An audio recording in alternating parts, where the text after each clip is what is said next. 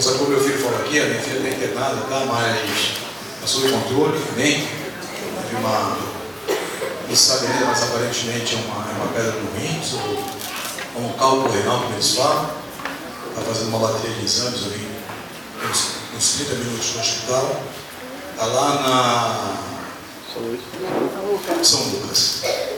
Tá, irmão, mas fica tranquilo, está sob controle, tenho certeza que Deus vai fazer o sobrenatural dele em nome de Jesus. Amém? Amém. Quantos querem se desafiar? Diga amém. Amém. Então essas lutas fazem parte da nossa vida. Amém? Às vezes a gente pensa assim, vou ser crente para não ter problema. Onde está escrito isso? A gente foi dormir umas 2 horas da madrugada, né? Orei pela vida dela, o plano de saúde dela, aquele com apartamento, e eles não queriam liberar um quarto para ela, dizendo que não tinha vaga em hospital nenhum aqui da Baixada. Aí queriam mandar ela para São Paulo. Falei, amigo, vocês estão com um problema muito sério na mente de vocês, né? E nós tivemos uma pressão lá e hoje eles liberaram. E depois eles comentaram conosco que eles priorizam quem paga à vista. O diabo é sujo, amém? Mas nós somos vencedores. Olha para o teu irmão e fala assim, não venda seu chamado, irmãos. Fala para o teu irmão, você vai ser machucado. Quantos querem ser machucados, diga amém. Amém? Amém? Amém, tem que ser machucado, irmãos. Eu gostaria que os irmãos abrissem as suas Bíblias em 2 Coríntios.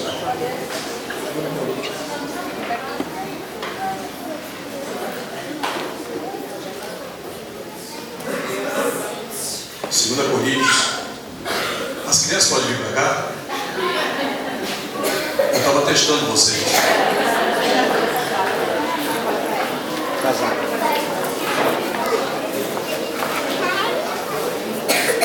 Sai de orar pelas crianças, é um negócio tão legal. Quando você não ora, elas mesmas se cobram. Então, cuidado para o teu filho não te cobrar pelos teus erros, amém, irmão? Porque criança é assim, eles te cobram. Dá a direção das tuas mãos para cá em nome de Jesus. Senhor, na tua presença te louvamos, te agradecemos, Pai, que o Senhor venha livrar essas crianças de todo mal, de toda perseguição, de tudo que não provém de ti. Quebramos, Pai, desfazemos todo o laço do inferno contra a vida dessas crianças.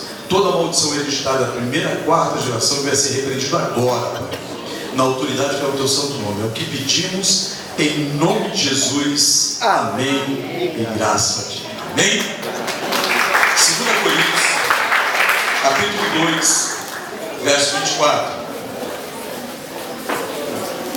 2 Coríntios, capítulo 2, verso 14, perdão.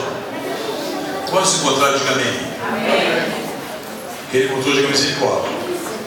Vocês se encontraram porque já está agora aí, né? E o diabo é tão sujo que eu estou com torcicolo hoje, irmão. Eu estou na roça. 12:14. A palavra do Senhor diz assim: mas graças a Deus que sempre nos conduz vitoriosamente em Cristo, e por nosso intermédio exala em todo lugar a fragrância do seu conhecimento. Versículo 15: porque para Deus somos o aroma de Cristo entre os que estão sendo salvos e os que estão perecendo. Para estes somos cheios da morte, para aquela fragrância da vida. Mas quem está capacitado para tanto? Ao contrário de muitos, não negociamos a palavra de Deus visando lucro. Antes, em Cristo, falamos diante de Deus com sinceridade, como homens enviados por Deus. Soberano Pai, Deus eterno, Deus de poder de milagre, pedimos a Ti, Senhor Deus, a Tua graça, a Tua paz, o Teu amor, a Tua misericórdia. Sabemos, Senhor Deus, que desde as 10 da manhã de ontem eu estou numa corrida incrível. Mas isso não importa, porque nós sabemos que o Senhor é o Deus que está no controle de todas as coisas. Sabemos que o cansaço físico muitas vezes bate, Pai. Mas quando estamos cansados fisicamente, o nosso espírito está forte. Eu quero pregar, Pai, nessa noite como se fosse o meu último dia. Porque eu quero, Senhor Deus, derramar do Teu bálsamo, da Tua unção sobre esse lugar. Se for da tua vontade de revelar, que o Senhor revele. Se for da tua vontade de curar, que o Senhor cure. Mas que a partir desse exato momento já não venha ser feita a minha vontade, mas a tua vontade. Senhor Deus, abra, Senhor Deus, o teu reino em direção a cada vida que está aqui nessa noite. Abençoa a vida da Luana, abençoa a vida da Léa, que está lá no hospital, do Felipe. Porque sabemos, Pai, que é o Senhor que está dirigindo todas as coisas. Obrigado aqui por esse momento, Pai. E temos o privilégio de ministrar a tua palavra. Te louvamos e te bendizemos, Pai. Amém e graças a ti. Amém? Você pode se assentar em nome de Jesus. Irmãos, por que eu falo, não vender o nosso chamado? As pessoas hoje, dentro das igrejas evangélicas, a gente vê que na verdade as pessoas não estão se valorizando mais. O pastor não se valoriza mais, o ministro do louvor, o líder e outras coisas mais. A gente acaba não se valorizando. Então, quando nós somos chamados por Deus, Ele procura uma posição social. E é isso que eu quero dar uma frisada para você nessa noite. As pessoas elas acham que o Senhor escolheu o fulano porque o fulano ele tem uma excelente posição social. Deus escolheu ali Beltrano porque ele fala bem, ele tem 2, 3 idiomas. O Senhor não faz nada disso. O Senhor ele escolhe quem ele quer da forma que ele quer. E aí muitas vezes o espírito de autocomiseração começa a bater na gente e falar assim: por que Deus escolheu fulano? Por que Deus escolheu Beltrano e não me escolheu? E aí eu começo a virar um cara crítico. Fala para o teu irmão, crítico. Então Deus também ele não escolhe aquelas pessoas que são muito espiritual. Já viram aqueles crentes muito espiritual? Aquelas pessoas que parece que Deus só fala com eles. E a gente parece que não tem aquele meio de comunicação que eles têm. Eles têm um celular direto de Deus, meu irmão. Ele fala direto. Não é isso que é bonito? Fala no tablet, direto com Deus. E você não tem nenhum e-mail de Deus. E aqueles caras se acham super espiritual. Eu tenho um grande medo, ou um receio, de cara muito espiritual. Eu só tive decepções de pessoas muito espirituais. Porque aquelas pessoas, elas dizem que estão e não estão. Parece Demolex, né? Vocês conhecem Demolex? Os mais antigos conhecem Demolex. Entenderam, irmãos? Então parece que é, mas não é. Então são coisas que na verdade a gente tem que começar a entender na nossa vida ministerial. Então eu gostaria que você repetisse comigo: Deus não escolhe pessoas devido à sua posição social, cor, sexo ou espiritualidade. Agora eu vou falar assim: Deus não está atrás de nada disso. Porque Deus ele nos transforma. Quando Deus me escolheu, eu tinha o cabelo preto, agora eu tenho o cabelo branco.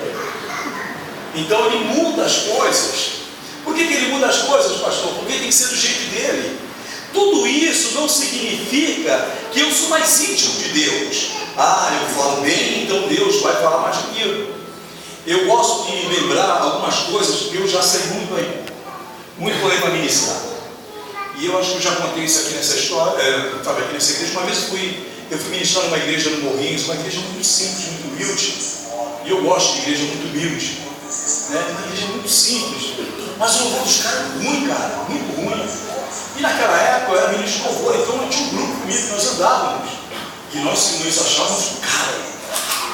E aí eu peguei aquele grupo de louvor e nós íamos andando, falando, e Deus usava, e Deus curava, Deus libertava. E eu fui convidado para ir nessa igreja. Eu cheguei lá, irmãos, a bateria desafinada, o baixo desafinado, a guitarra desafinada, tudo desafinado. Fala o teu irmão, tudo desafinado. Mas Deus estava afinado.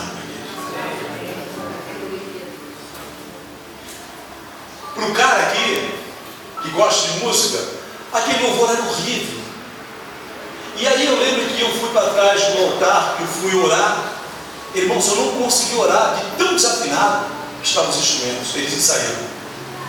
Eu falei, se o ensaio é assim, imagina quando for ao vivo mesmo. E eu lembro, irmãos, eu comecei a pregar. E quando aqueles jovens começaram a cantar e tocar, a glória de Deus foi derramada naquele lugar. Fala para o teu irmão, você não é nada. Você pensa que é muita coisa. E é por isso que nós temos que entender o nosso chamado. Fala para o teu irmão, não vendo o seu chamado. Então nesse texto, quando a gente lê, e graças a Deus que sempre nos faz triunfar em Cristo, e por meio de nós manifesta em todo lugar a fragrância do seu conhecimento. Dá um cheiro no teu irmão, hein, meu irmão? O casal já quer tirar o pescoço, não é isso, irmão. Dá um cheiro. Vê se ele está com um bom perfume suave de Cristo, irmãos. Falei esses dias aqui no culto que tem crente fedido, né? Fedido não é no sentido do cara não tomar banho. É pessoa marrenta, pessoa chata. A pessoa entrega a sua vida a Cristo e a pessoa não tem uma mudança de vida, não tem uma transformação. E aí eu preciso entender, através desse texto, que eu estou num processo para possuir o caráter de Cristo. Quantos querem o caráter de Cristo, meu irmão?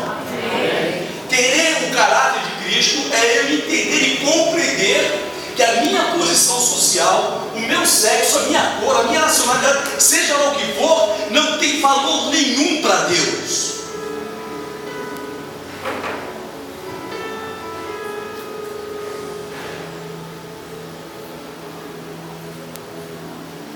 Eu preciso compreender essas coisas para entender o que o apóstolo Paulo diz, que ele não vive mais nele, mas Cristo vive nele. A outra parte, as coisas velhas se passaram e eis que tudo se fez novo na minha vida. Então, se eu era uma pessoa ruim, eu não posso ser mais ruim. Se eu era uma pessoa soberba, eu não posso ser mais uma pessoa soberba. Se eu era uma pessoa arrogante, eu não posso ser mais arrogante. Porque o apóstolo Paulo tinha todos esses defeitos. E ele diz, eu não vivo mais em mim, mas Cristo vive. E aí você anda mais um pouco lá na frente na Bíblia, o que ele diz? Eu esmurro o meu corpo. Sabe o que ele está dizendo? Sou um homem miserável e preciso ser tratado diariamente. Fala para o teu irmão assim, acho que eu preferia estar no cobertor da minha casa. Amém? Amém? Amém? Esse tipo de transformação, irmãos, vem com uma busca constante na palavra de Deus. Quantos buscam Deus diariamente? Ninguém? Não. Vocês estão na igreja errada. Porque eu tenho que buscar Deus 24 horas por dia. Porque sem buscar Deus, eu já passo por um problema. Sem buscar Deus, o meu problema é maior ainda. Então o meu caráter só vai ser mudado, só vai ser transformado quando eu busco Deus de uma forma contínua. Quantos estão entendendo, irmão? Amém. Quantos estão com frio? Diga amém. Vai passar esse frio, vai ser daqui com o rosto pelando. Nem que eu uma surra de chofar. E deve doer. Então, irmãos, esse tipo de transformação vem com uma busca constante. Repita comigo: busca constante da palavra de Deus, através de meditação e através de oração.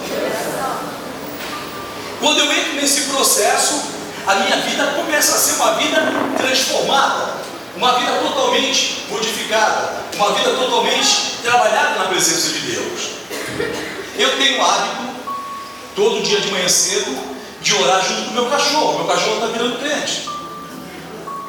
Porque antes ele não ficava de joelho, agora já está até deitando na minha frente. E a gente começa a orar. No começo ele me perturbava, agora ele fica ali quietinho. Eu estou achando que ele está quase aceitando Jesus. E depois que eu tenho o hábito de ter o meu período lá de oração, eu leio a palavra de Deus. E geralmente eu gosto de trazer aquelas mensagens bem aleatórias.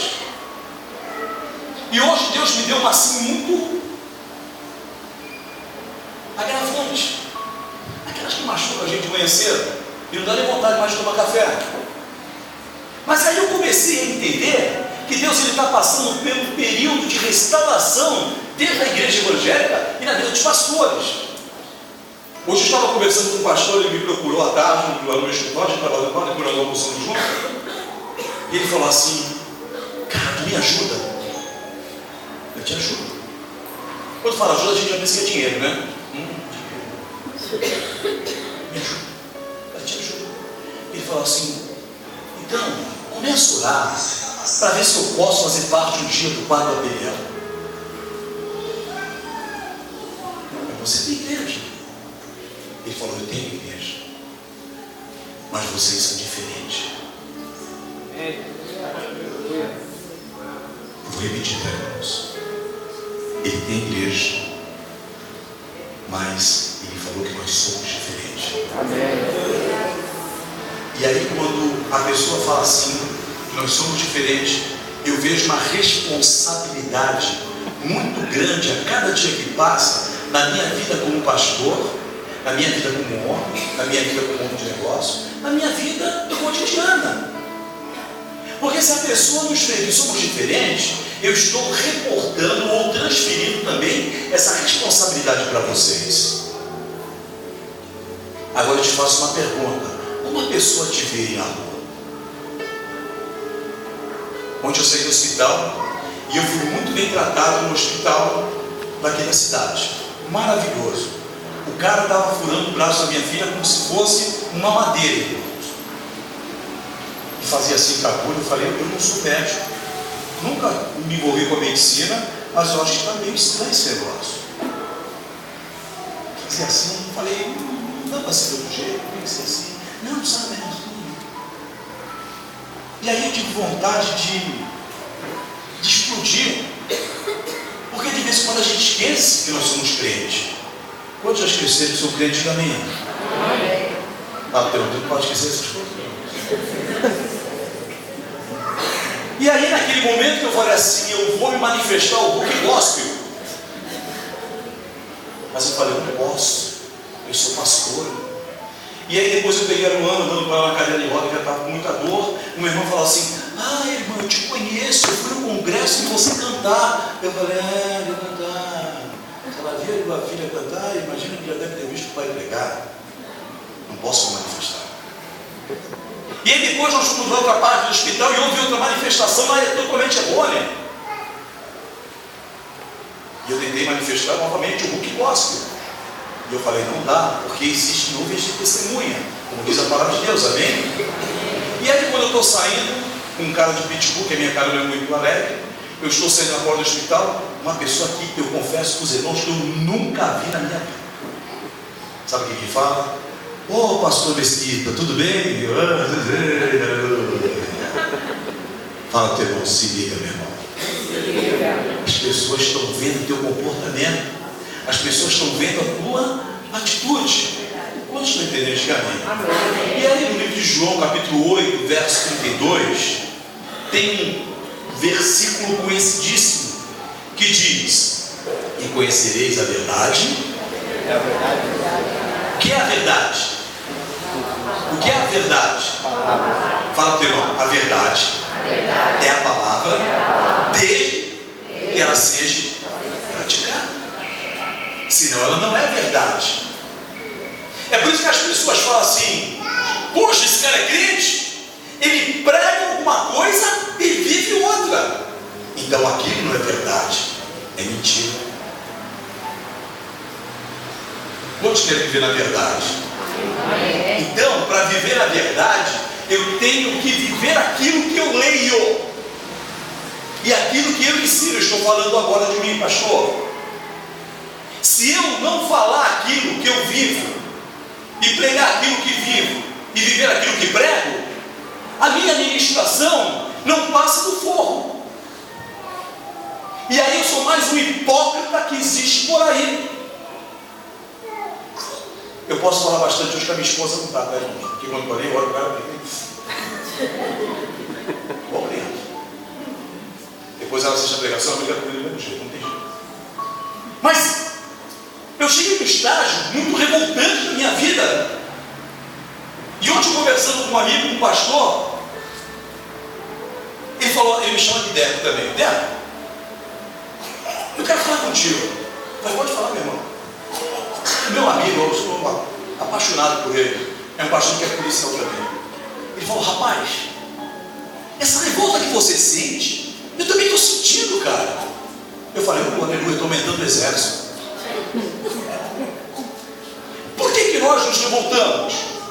Porque você prega, você ministra, você ensina, e você vê várias hipocrisias por aí ainda. E a gente vai para congresso e volta e vem. Aí você ouve alguns pastores, você ouve determinadas coisas, você vê esses monte de prostituto gospel que existe por aí, e você tem que dar paixão para esses caras. E você tem que chamá-lo de meu irmão.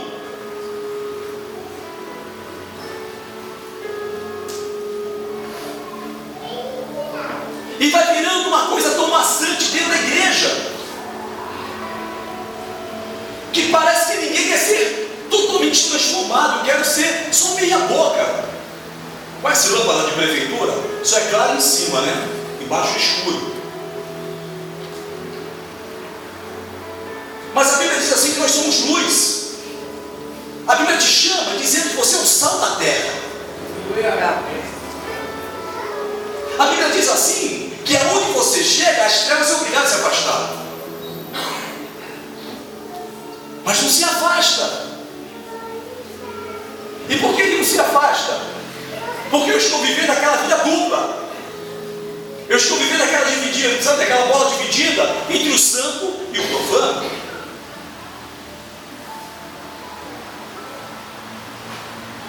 Olha para o irmão falar assim, agora vai começar a pregação. Mateus capítulo 27.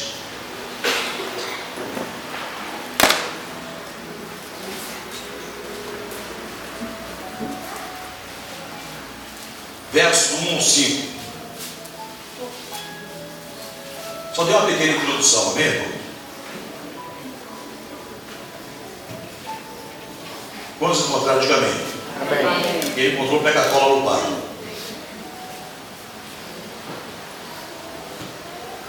A palavra de Deus diz: de manhã cedo, todos os chefes dos sacerdotes e líderes religiosos do povo tomaram a decisão de condenar Jesus à morte, e amarrando-o, levaram e o entregaram a Pilatos, o governador. Quando Judas, que havia traído, viu que Jesus fora condenado, foi tomado do quê? Fala para o irmão, tomado de remorso. Remorso não é arrependimento. Quando eu me arrependo, eu peço perdão. O remorso a pessoa se mata. Quantos não entenderam? Diga amém. E aí diz que ele foi tomado de remorso e devolveu aos chefes dos sacerdotes e aos líderes religiosos as 30 moedas de prata. E disse: pequei, pois traí sangue o quê? Inocente. E eles retrucaram: o que nos importa? A responsabilidade de quem? Sua. Então Judas jogou o dinheiro dentro do templo e saindo foi. O que aconteceu com ele? Fala para o irmão, já era. Por que eu quero falar isso para você?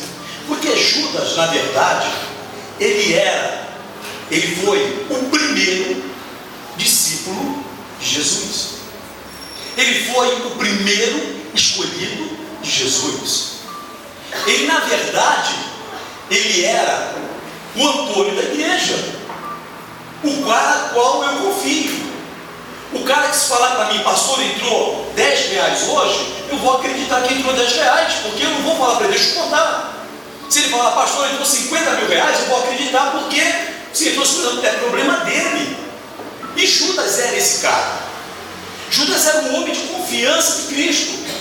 Mas aí existe um que eu chamo de síndrome de Judas. Olha o que eu vou falar, síndrome de Judas. E a síndrome de Judas, eu tenho certeza que um dia já tomou posse de ti. Talvez você fale, não. Você já ouviu falar aquele ditado muito conhecido, que quanto mais a pessoa tem, mais ela quer ter?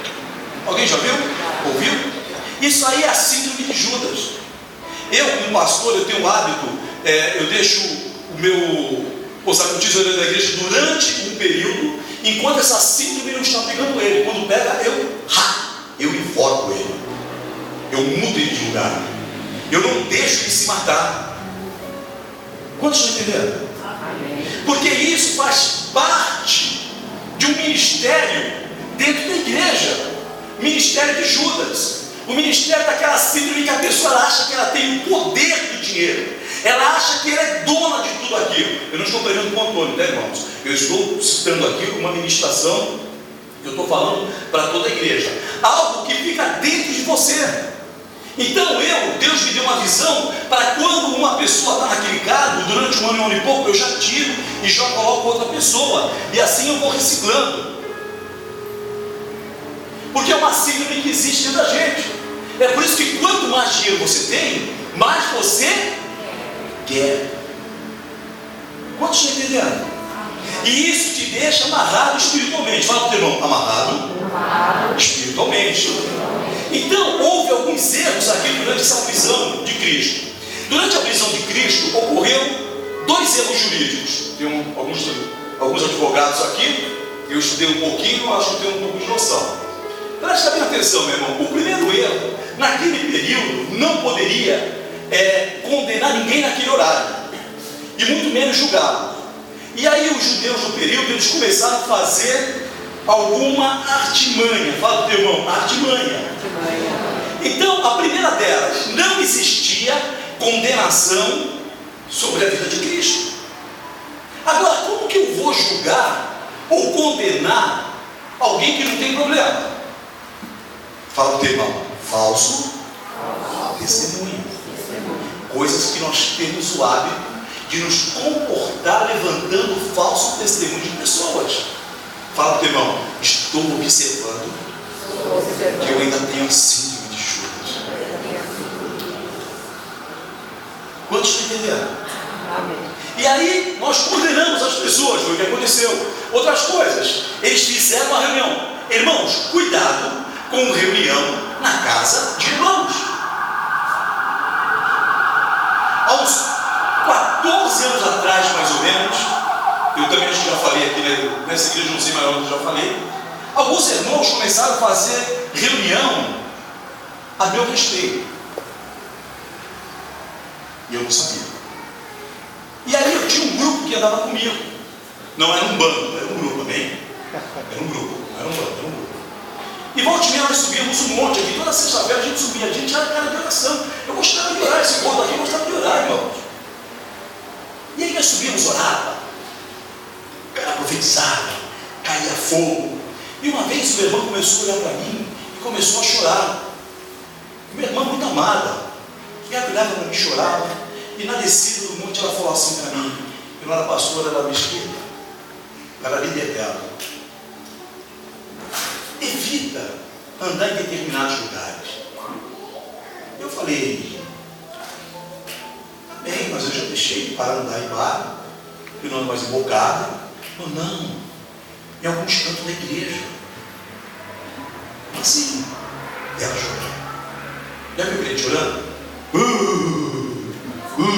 Crente é feio, chorando é pior ainda, né? E eu não entendi. Fala para o teu irmão, ele não entendeu. E aí durante algum período existia uma quadrilha se levantando contra a minha vida dentro da igreja. Pode entender? Presta bem atenção, não estou falando. Não sei nem porque eu estou falando isso, mas o Espírito de Deus sabe. Ele não está no meu espírito aqui. E tinha uma quadrilha se levantando contra a minha vida dentro da igreja. E essa irmã, ela sabia, porque ela foi chamada para uma determinada reunião que eles estavam querendo me crucificar. Eles estavam querendo acabar com o meu ministério. Eu não sabia. Tudo isso porque o Mesquita, quando eu impunha as mãos, caía fogo do céu. O Mesquita, quando eu impunha as mãos, as pessoas eram curadas. O Mesquita, quando fazia isso, quando o Mesquita chega, tem fogo. Porque quando eu prego, não tem fogo. É só fazer uma fogueira, irmãos, que vai ter fogo. E aí começaram a se levantar contra a minha vida, eu não sabia. E um dia me pegaram de gaiato, meu pastor inclusive, armaram um laço para ele, marcaram uma reunião sem saber de nada, e ali tinha 23, fala o teu irmão, 23 se levantando contra mim. Alguém já foi obrigado? Já foram? Fala para o teu irmão, tu não sabe o que é humilhação.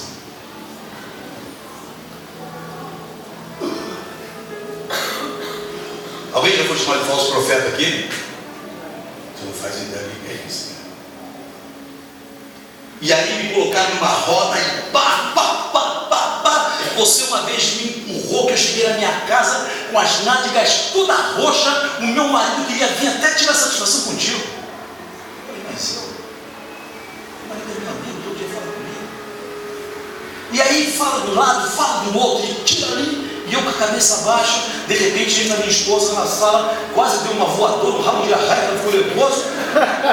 Não, meu marido não é isso, porque ela tinha medo que eu me desviasse, e se eu me desviasse, meu irmão, eu ia voltar a pegar uma pistola na cinta.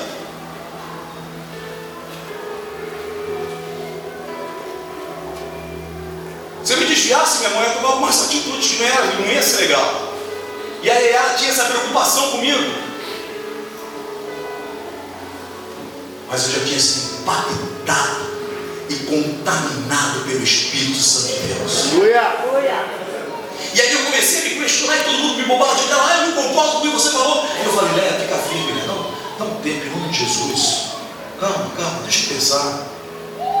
E nem o pastor conseguia abrir a boca, porque ele já tinha arquitetado, fala para o teu irmão, ele já tinha arquitetado, irmão. Eles já tinham se reunido antes. E bombardeando, era soco para um lado, soco para o outro, falando, e eu, meu Deus, o que é isso? O que está acontecendo comigo? E Deus ministrou no meu coração e falou assim: quero que você dê apenas 2 respostas sábias. Eu falei, Senhor, eu quero ouvi-la. Ele falou, eu te separei, eu te escolhi. Dê uma resposta sábia. E depois que todo mundo falou, eu falei, irmãos, me dá licença um pouquinho. Pedi permissão ao pastor, eu falei, se tudo que estão falando aqui for verdade, Deus vai cobrar de mim. Agora, se vocês levantaram um falso testemunho da minha vida, a palavra de Deus diz assim: ai daquele que se levantar contra o meu ungido. E a segunda coisa que eu falei, se eu magoei alguém aqui, eu quero que vocês me perdoem. Eu estou saindo da sala, eu não entro mais nessa sala, e eu confesso para vocês que vocês vão continuar sendo meus irmãos em Cristo Jesus.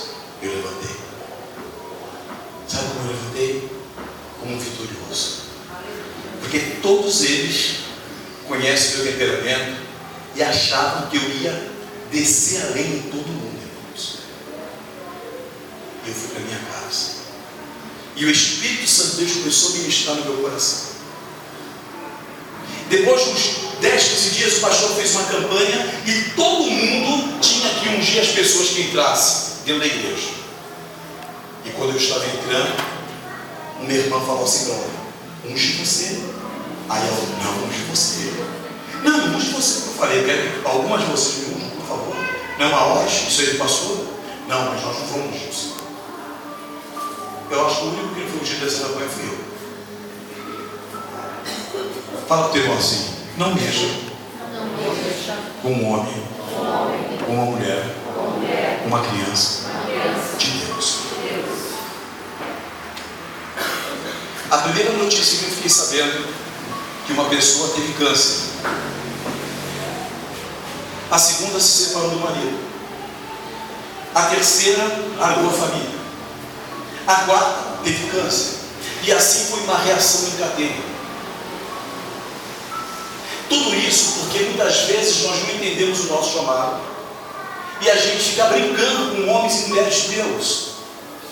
E foi isso que aconteceu com Judas. Ele não entendeu o chamado dele.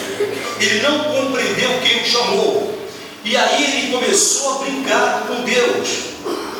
E eu vou falar uma coisa para ti nessa noite, meu irmão e minha irmã, com muito amor.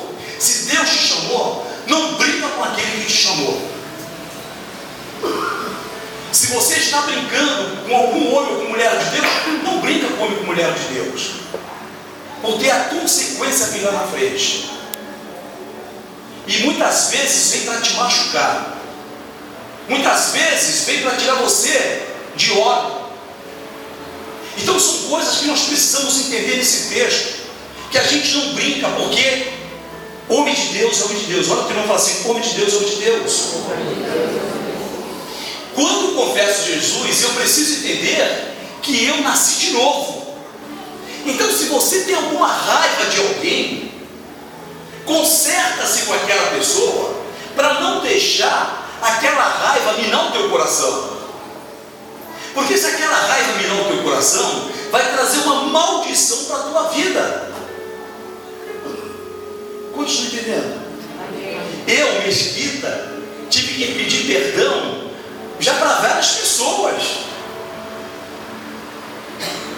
coisa que para mim não tinha que existir isso. Não, perdão não. O tempo esquece essas coisas. O tempo esquece, mas o diabo não esquece. E aí eu vou trazendo aquilo para a minha vida, e quando eu vejo, eu estou com uma pacoteira, uma sujeira violenta na minha vida. E aí eu passo, na verdade, a ser um crente totalmente frustrado. Nós temos que entender que crescer até chegar à medida da estatura de Cristo gera-se todo um tempo e um processo. Mas eu acho que eu já sou o cara. Olha o que eu vou falar assim: você não é ninguém. Eu não sou ninguém. Eu tenho medo quando as pessoas falam assim: ô homem de Deus. Ó, cara, é sério isso aí, fala, ô homem de Deus. É muito sério. Eu acho que era bem com muito mais malvadeza ainda, né? Ô apóstolo, sou eu, rapaz. Eu quero o título de servo inútil. Eu quero ser as menores das criaturas. É aquele louvor que nós cantamos, que ele cresça e eu diminua. Judas conhecia tudo isso aí porque ele era íntimo. Eu quero que você repita comigo: Judas era íntimo. E era amigo. Então, ter o caráter de Cristo consiste em o quê? Ataviar o nosso caráter com valores. Quero que você repita comigo: com valores. E aqueles mesmos valores que teve o caráter de Cristo. E como eu adquiro esse caráter? Através do Espírito Santo de Deus. Se você tem na tua mente ainda vontade de prejudicar alguém, você não tem o Espírito Santo de Deus.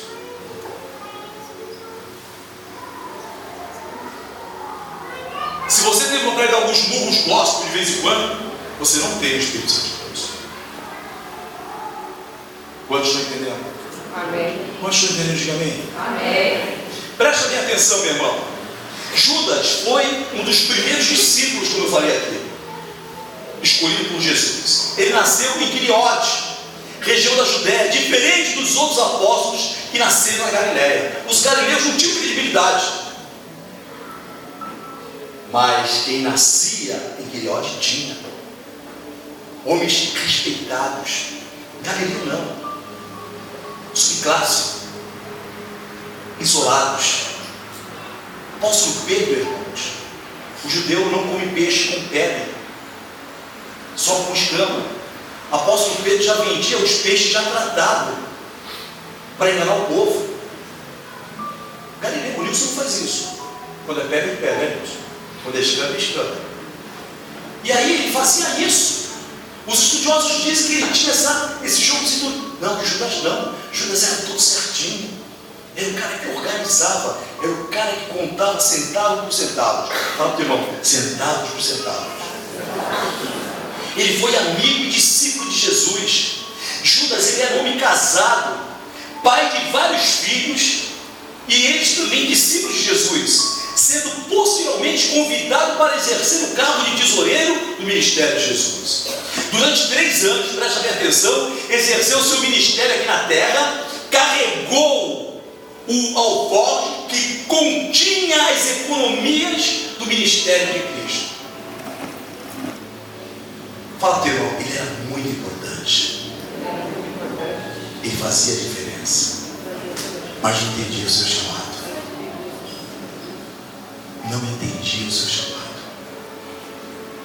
Jesus, eu considerava Judas como um amigo. Judas estava vivendo a melhor época época da sua vida.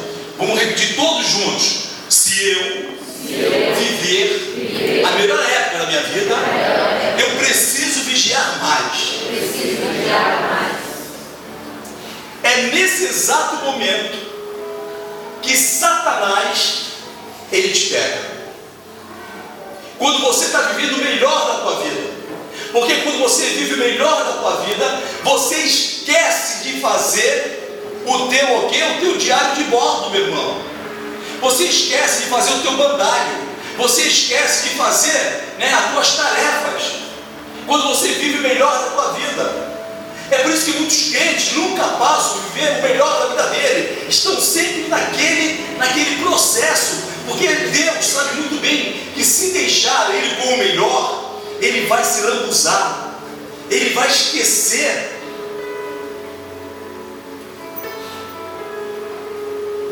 Amém, irmãos? Amém. Quantos estão entendendo isso? Amém. Amém. Então, presta atenção. Ele estava vivendo o melhor da sua vida. Quando estamos vivendo o melhor da nossa vida, é quando devemos vigiar. Porque o inimigo, ele nos conhece. E ele conhece muito bem todas as nossas fraquezas. Eu vou compartilhar algo para vocês. E a minha igreja tem que me conhecer. O dia que a minha igreja me conheceu, eu peço para ir embora. Muitas vezes eu chego para minha esposa e falo assim, e raramente minha esposa fala assim, a tua pregação foi boa hoje. Porque minha esposa estudou também. Muitas vezes ela me critica no sentido não crítica. Não existe crítica construtiva. Amém? Toda crítica é destrutiva. Não existe. O nome já diz crítica.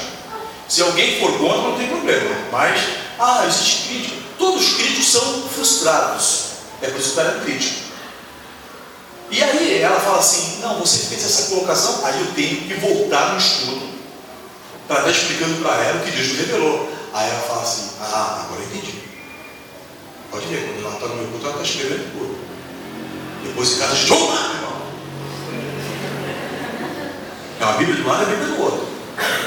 Eu falo, não, Deus me mostrou aqui, ó. Agora sim. Não, mas isso aqui não é assim não. Deus me mostrou dessa forma, porque o contexto diz isso, e isso aqui. Então tá legal. Então ela é a pessoa que me policia durante as ministrações. Amém, irmãos? E daqui para amanhã, quando você pregar a tua esposa, falar que a tua ministração é boa, não fica aborrecido com ela, não. Isso é para edificar o teu ministério. Quantos estão entendendo? Amém. E geralmente as esposas não gostam de criticar, amém? Boa. Amém? Foi boa. Pastor, mas eu não critico, eu faço apenas alguns comentários. Uma vez o pastor foi viajar comigo, ele todo contente, nós paramos para tomar um café. Eu falei, rapaz, por que tu está tão contente hoje? Ele falou, porque eu preguei ontem. A minha esposa falou assim, que pregação, meu amor.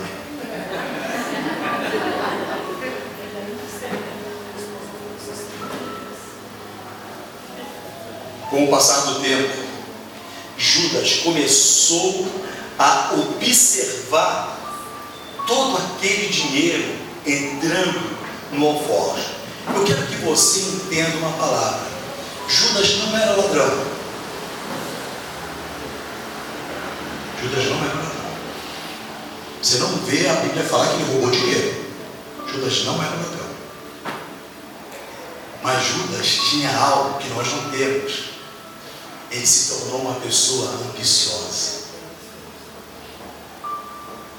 Ele se tornou uma pessoa dona. Ele se tornou uma pessoa com poder.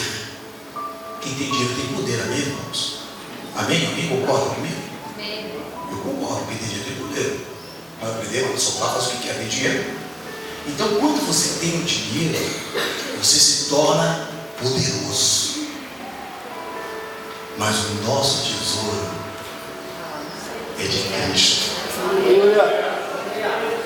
Há uma grande diferença em você ter um tesouro lá em cima com o tesouro que você tem aqui embaixo. E ali no coração dele começa a nascer o desejo de possuir aquele dinheiro. Ele já tinha aquele dinheiro, ele não precisava, sabe, possuir mais nada. Era ele que era o contador. Era ele que era, na verdade, o mesário. Ele que era o cara, tudo vinha nas mãos dele. E fazendo isso, ele adquiriu para si uma grande maldição.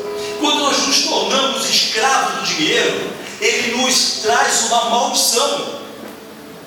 Tem uma novela que passou há muitos anos atrás, se não me falha a memória, 74, 75. Eu não era nascido, irmãos, eu li no museu. Entenderam?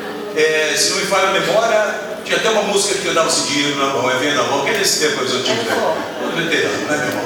Entendeu? Então era pecado capital. Isso, vai passar acho que de novo, eu não sei, não vale a pena ver de novo.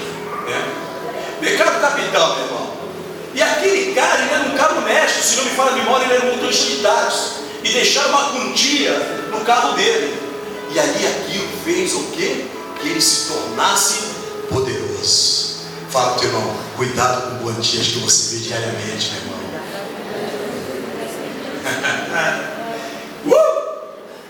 João 12, capítulo 3, verso ao 6.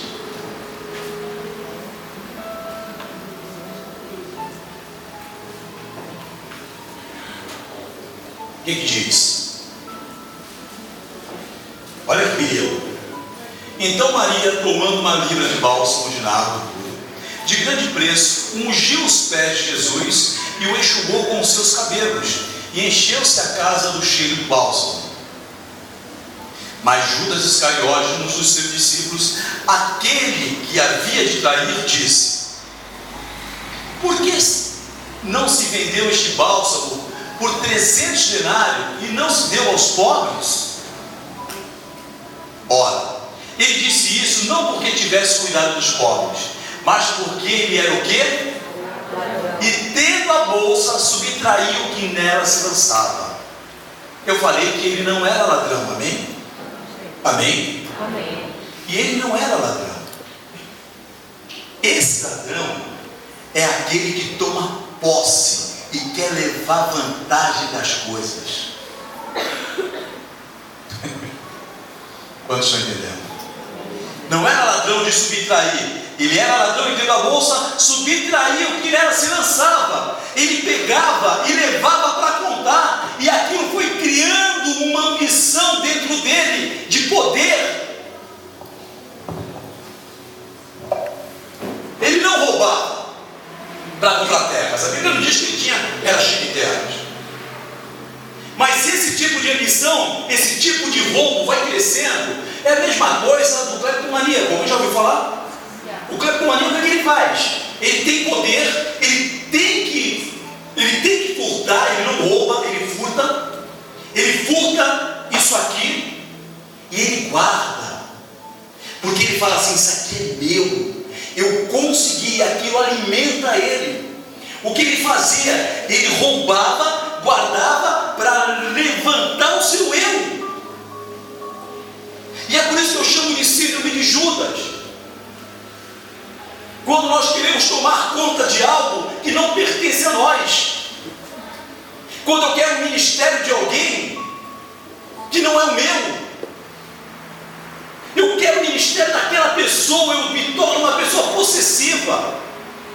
E aí eu estou tirando, eu estou subtraindo aquilo e estou lançando em determinado lugar que não foi Deus que mandou. Quantos estão entendendo?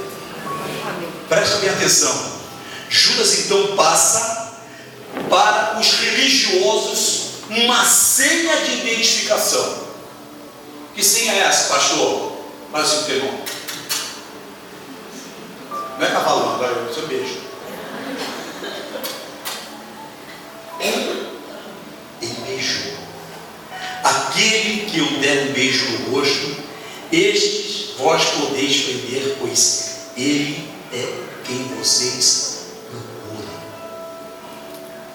Quantos estão entendendo, irmãos? E aí, uma madrugada fria, Judas se encontra com os religiosos e os leva até o lugar onde Jesus estava. Somente um beijo poderia identificá-lo na escuridão. E assim os soldados prenderam nosso mestre.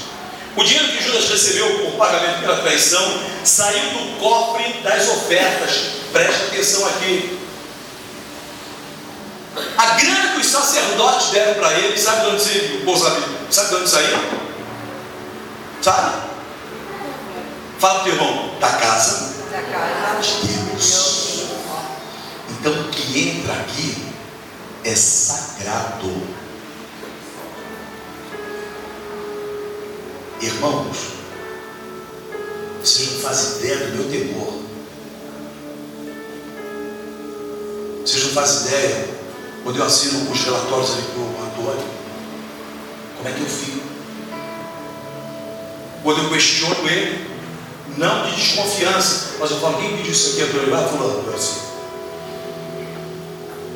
Porque na verdade eu estou fazendo com Judas. Quando eu aceito determinadas coisas ou se não questiono, o que eu estou fazendo? Eu não estou roubando, mas eu estou facilitando.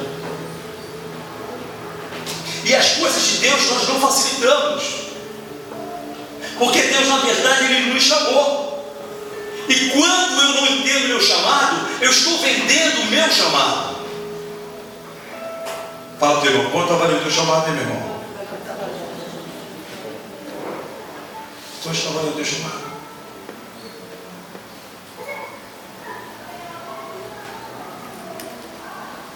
E aí, na verdade, aquele dinheiro era da onde?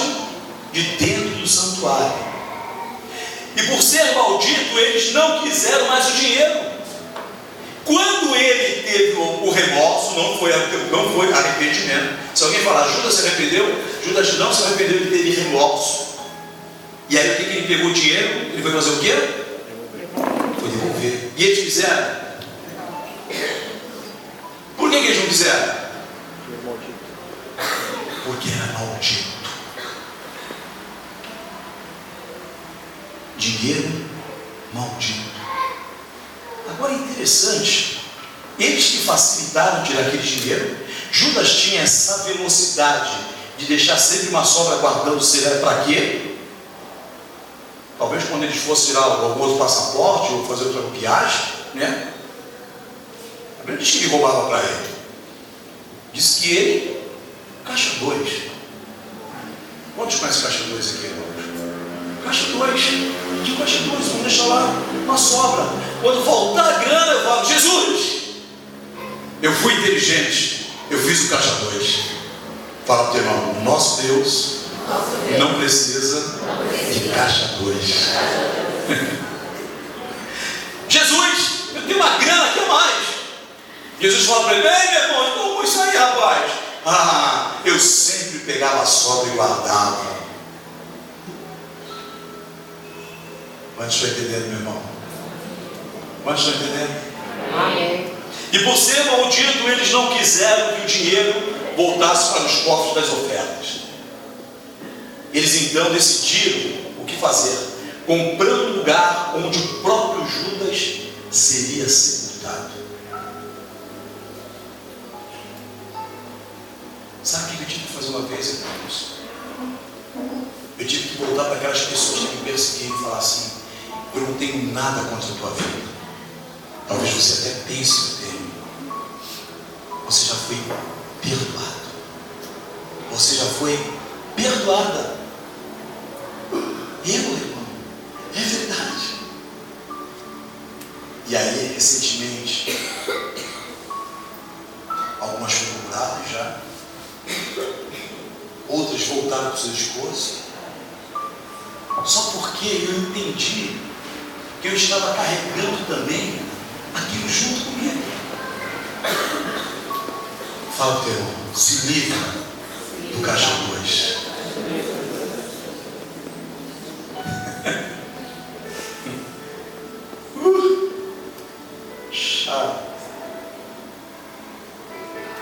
Atos capítulo 1, versos 15 a 16.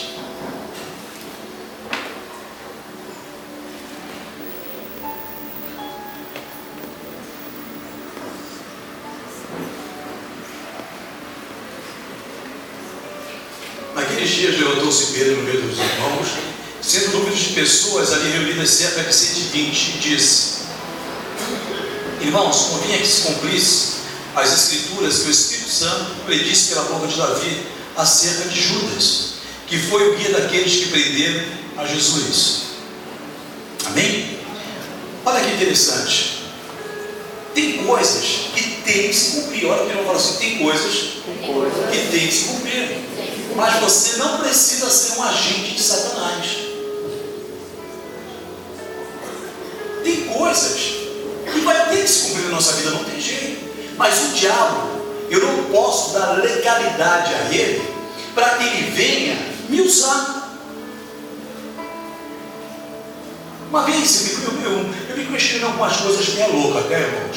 Por favor, não me siga algumas coisas que eu falo, por favor, em nome de Jesus. Senão vai ter muito mais louco aqui na igreja, é complicado. Eu falo assim, poxa, por quê? E se Judas não tivesse traído Cristo? Como é que seria, né? Aí o Espírito Santo de Deus me deu uma bordoada, ô gordinho, eu escolheria outro para trair, mas alguém tinha que trair. Porque a Bíblia diz assim, que está consumado. Não adianta a gente questionar Deus. Uma vez eu li uma carta de Paulo, lá, a primeira viagem de Paulo, a segunda viagem de Paulo, quer dizer, eu falei, esse cara é burro, meu. Esse cara é pateta, meu. Por que não pegou uma reta? Por que ele fez uma curva? Aí o Espírito Santo de Deus ministrou, tinha vento, seu gordo, tinha não sei o quê, eu escrevi esse gordo. Quantos estão entendendo? Fala para o teu irmão, não muda o que Deus já escreveu. O Senhor, Ele te chamou para ser um agente de bênção e não um agente de bloquear a bênção. Se Deus te chamou para abençoar, abençoa. Não deixe o teu coração falar mais alto e falar, não, eu tenho um pequeno problema, eu não posso abençoar ninguém. E aí você começa a reter aquilo que Deus tem para a tua vida e para a tua família. É possível o Espírito Santo de Deus mentir ou enganar? Fala, não. Ele jamais mente. Então nós temos que observar o detalhe, o que é dito lá em Atos. Porque foi contado conosco e alcançou sorte neste ministério. Ora, este adquiriu um campo com um galardão da iniquidade, precipitando-se, rebentou-se pelo meio, e todas as suas entranhas se derramaram. Quem assistiu aquele filme do Mel Gibson entende aquilo, né? Muito legal, né? Que ele, na verdade, ele é estourado. Ele se acabou. Por isso que diz lá no livro de Atos. E eu tiro 4 lições daqui. Repita comigo, 4 lições. A primeira. Estamos traindo Jesus aceitando migalhas? Será que nós não estamos aceitando muitas migalhas? Eu vou voltar para o que vai acontecer daqui a uns meses e já está acontecendo no país. Eu falei hoje com um pastor amigo que eu gosto muito dele. Eu sou muito crítico quando eu falo assim, eu não gosto de política. E não é de política que eu não gosto. Eu não gosto das atitudes dos políticos. E aí eu gosto menos da atitude dos pastores, quando entregam os seus ministérios nas mãos dos políticos. Amém? Eu não preciso de político para construir minhas pracinhas, eu não preciso de político para fazer meus banheiros, eu não preciso de político para cortar grama aqui na frente, eu não preciso de político para nada, eu preciso de Deus que me dê saúde. Então eu sou muito crítico nessa área, que às vezes eu falo de uma forma meio estranha, e as pessoas, pô, pastor é radicalzão. Fala, teu irmão, tem que ser radical. Porque Jesus, ele é radical. Ele andou sobre as águas, e para andar sobre as águas você tem que ser radical, cara. Abrir uma vermelha, você tem que ser radical. Então tem coisas na minha vida que eu não posso vender o meu ministério, porque o meu ministério tem um valor muito precioso. E você é precioso para Deus. Então, preste atenção. No que eu estou traindo Jesus? Eu estou o quê? Aceitando migalhas?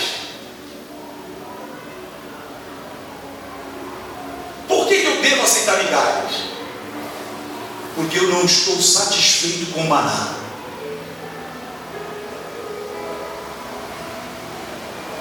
E de onde veio o maná? Aponta para cima. O maná vem do céu. Esse vem do céu é Deus que nos deu.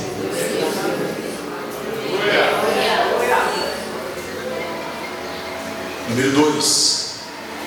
Muitos crentes têm remorsos e estão mortos espiritualmente, mas não conseguem se arrepender. Eu vou te fazer uma pergunta. Não levanta as mãos, por favor, que vai expor a vida de ninguém. Se você tem remorso de alguém, se arrependa, porque você está morto ou morta espiritualmente.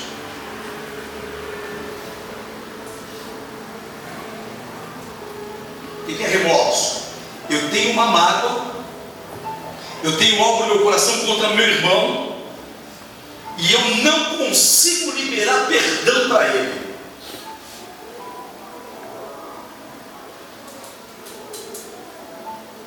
E aquilo vai te matando espiritualmente. E aí você vê as pessoas crescer dentro da casa de Deus e você não cresce. Você vê as pessoas evoluindo e você não evolui. E aí a tua vida vai ficando uma vida retardada, que nós falamos muito na física, né? Aquele movimento retardado.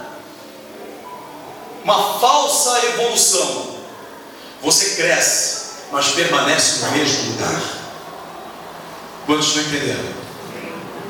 Fala para o teu irmão, eu preciso me arrepender a partir de hoje. Porque quando eu me arrependo, eu destruo o remorso. Quando eu me arrependo, eu reconheço que alguém cometeu um erro. Seja eu ou seja a outra parte. Mas eu preciso reconhecer. Número 3. O espírito de Judas, ele ronda as igrejas, irmãos. Pastor, que loucura é essa? Vamos voltar lá naquele texto que nós lemos, que diz que ele conversou com os caras que viviam na carne. Amém? Aqueles líderes, eles eram carnívoros, não porque gostavam de picanha, porque eles viviam a falsa lei. Eles eram mentirosos, eles eram hipócritas. E quantos de nós não andamos nas rodas dos escarnecedores? Quantos de nós no aniversário não compra uma garrafa de cerveja para agradar um parente? Quantos de nós, irmãos, não colocam uma música do mundo para animar algum parente? Eu falei para minha esposa esses dias, eu fui convidado para 2 festas na minha família. Eu falei, eu vou pensar muito bem se eu vou ou não. Eu amo as pessoas, mas eu não sei se eu consigo ter mais ambiente para estar em determinados lugares. Ah, você é muito santo. Não, eu não sou muito santo, mas eu estou procurando o meu estágio de santidade. Senão o que eu prego, eu estou mentindo. Porque a Bíblia diz assim, que bem-aventurado o homem que não anda segundo os conselhos dos ímpios e nem se assenta na roda dos escarnecedores. Não sentar na roda dos escarnecedores é eu não aceitar aquilo que o mundo está ministrando, está falando. E aí eu entendo que o apóstolo Paulo diz que nenhuma condenação há para aqueles que estão em Cristo Jesus. Quantos estão entendendo, meu irmão? Ai, poxa, mas você tem que ir. Eu dou, eu vou, eu abençoo. Tchau, eu preciso ir embora. Poxa, mas o pastor é um cara arrogante? Não. Irmãos, esse corpo tem a tendência ainda de ser corruptível. Esse corpo, ele pode a qualquer momento voltar para o pecado novamente. Então eu tenho que diariamente estar me policiando, meu irmão. Eu tenho que diariamente estar falando não para as coisas do mundo.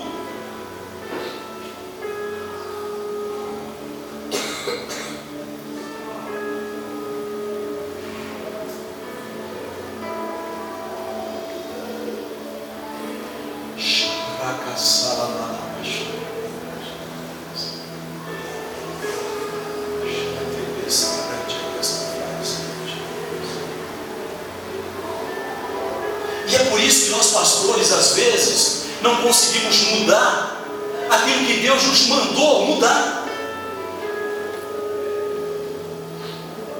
E esse espírito de Judas, ele está dentro da igreja evangélica.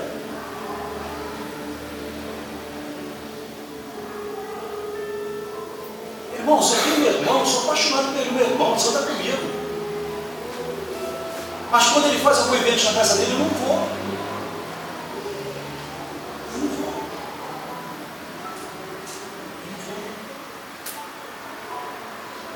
Porque se eu for, eu estou indo lá para o Salmo de número 1. E aí, quando eu vou pedir algo para Deus, Satanás tem autoridade de falar: Ei, está escrito, você viu onde ele está?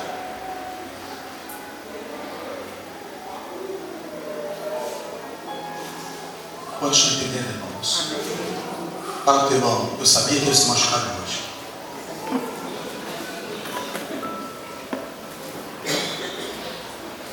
Porque a Bíblia diz que nenhuma condenação há para aqueles que estão em Cristo Jesus. Meu irmão, crente fazendo gato em luz, crente fazendo gato em água, crente tentando levar vantagem em algumas coisas, aniversário de crente com cerveja.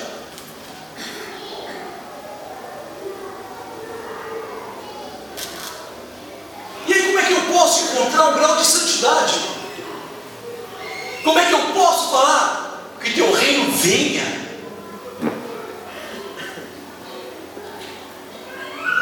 Como é que eu vou vencer, meu irmão, a luta dos anjos do Senhor com as lutas dos principados aqui? Você está orando e os anjos, meu irmão, se posiciona que eu quero lançar, eu quero acabar com esses capeta todo, mas você está dando legalidade para eles.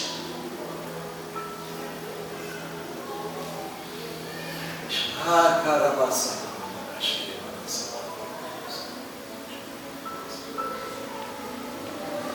Ah, pastor, mas é um amigo, é muito conhecido, ele pode me promover no serviço, eu quero comprar só uma caixa de cerveja.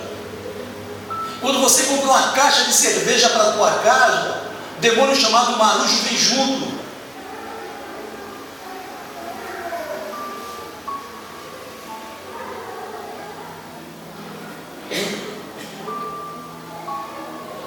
Fala para o teu irmão: o que não presta para você, também não presta para aqueles que amam você. Sabe por que pessoas da tua família não se convertem? Porque você não fala a verdade para eles.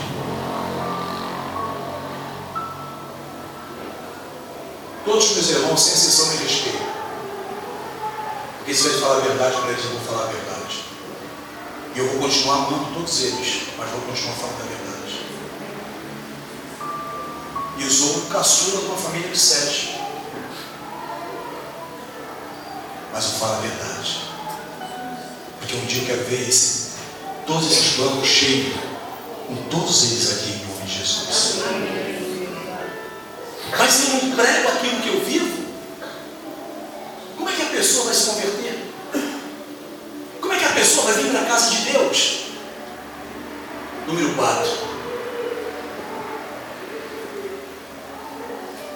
Muitos de nós, prestem atenção nisso, irmãos, acabamos traindo pastores. Eu quero que você repita comigo: pastores, irmãos, ministérios, famílias, enterrando o nosso chamado.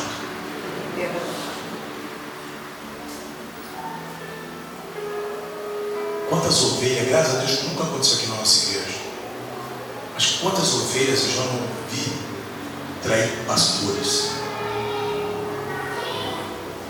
Quantos irmãos de igreja eu já não vi trair outros irmãos de igreja, decepcionar outros irmãos. Quantas pessoas eu já não vi falando mal de ministérios? Quantas pessoas eu já não vi falando mal de famílias? Então, com meu sobrinho aqui, eu tenho várias pessoas erradas na minha família, mas eu não falo mal deles, porque eu acredito que um dia eles vão se converter em nome de Jesus. Porque Satanás já picha. Se eu pichar com o servo de Deus, eu tenho que acreditar. Fala para o teu irmão, acredita. Acredita.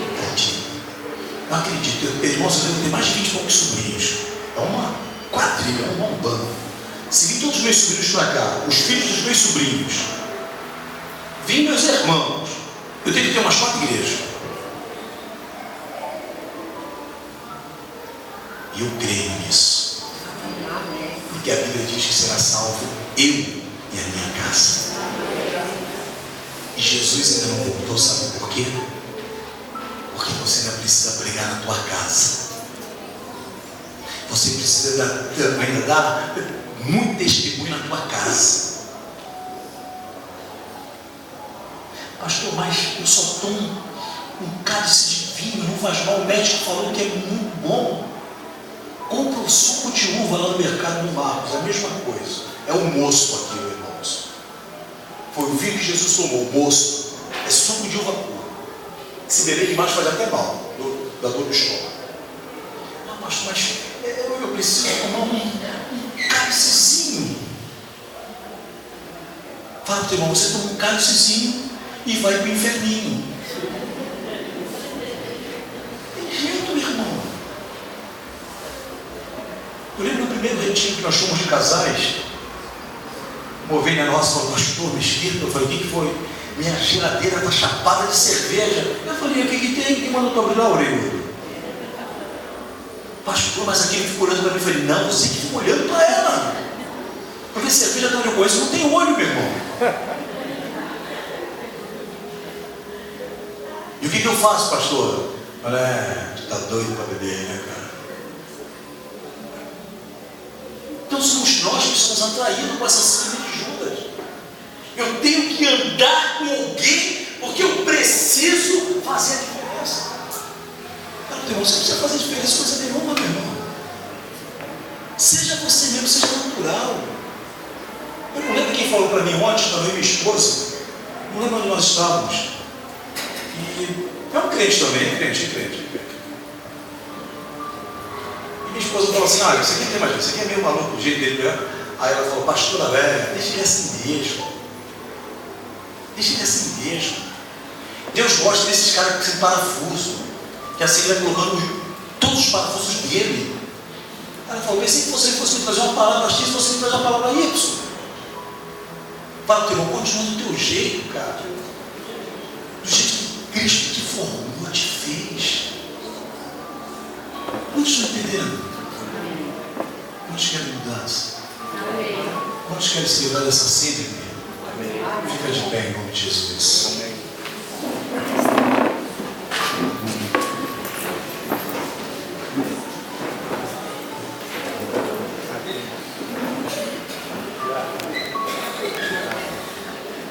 Toda pessoa que entra num processo de suicídio não se arrependeu. Recebi um telefone mais recentemente. Eu não recebi, a pessoa, sabe, recebeu e me passou.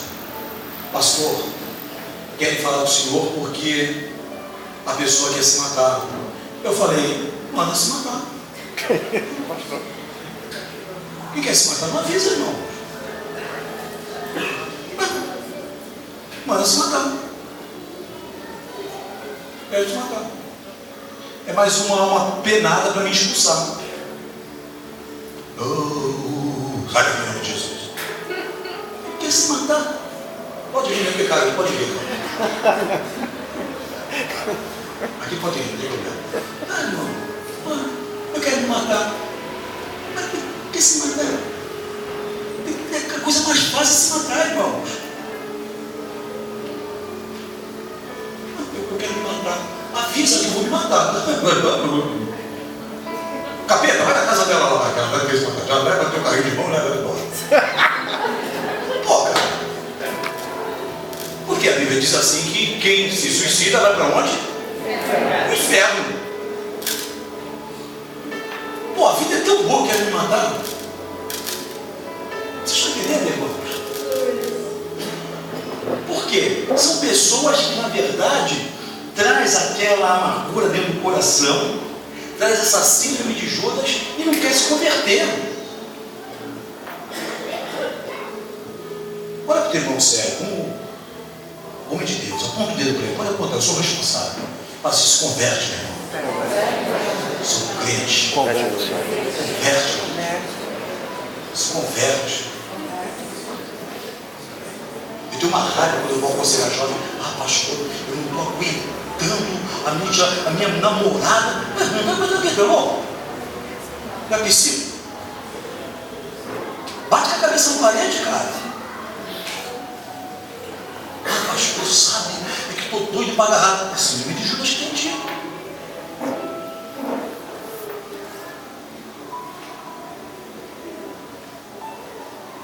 Ah, pastor.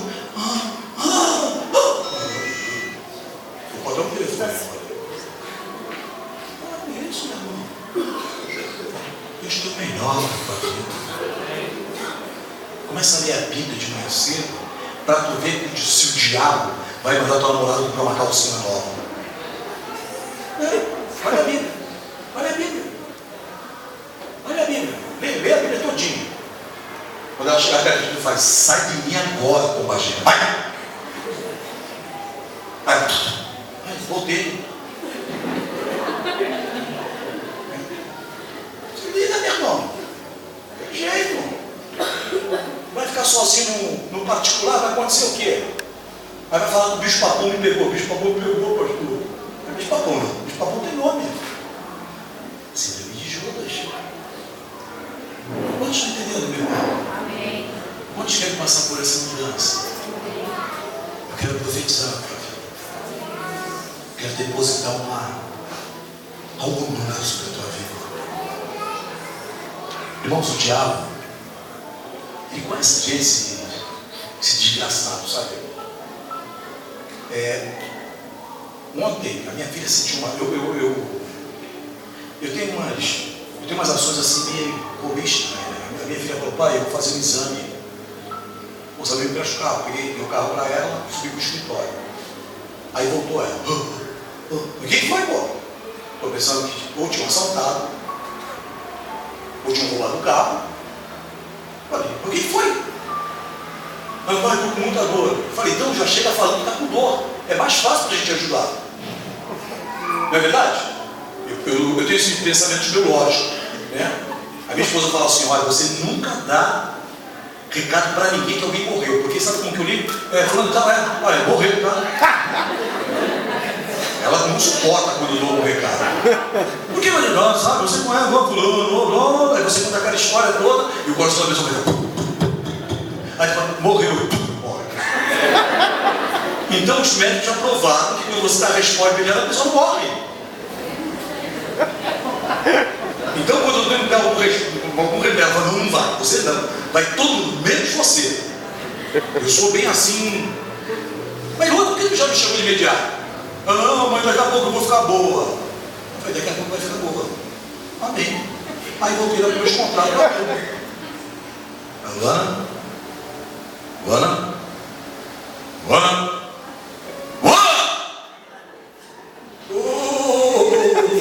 Mas morreu. Eu estou quase morrendo. Vai dar legal? Mais ou menos. Não é legal. Porque era meus contratos. Porque morrendo é morrendo.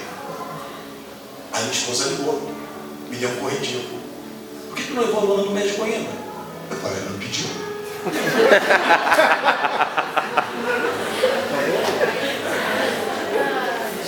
Isso aí, pastor.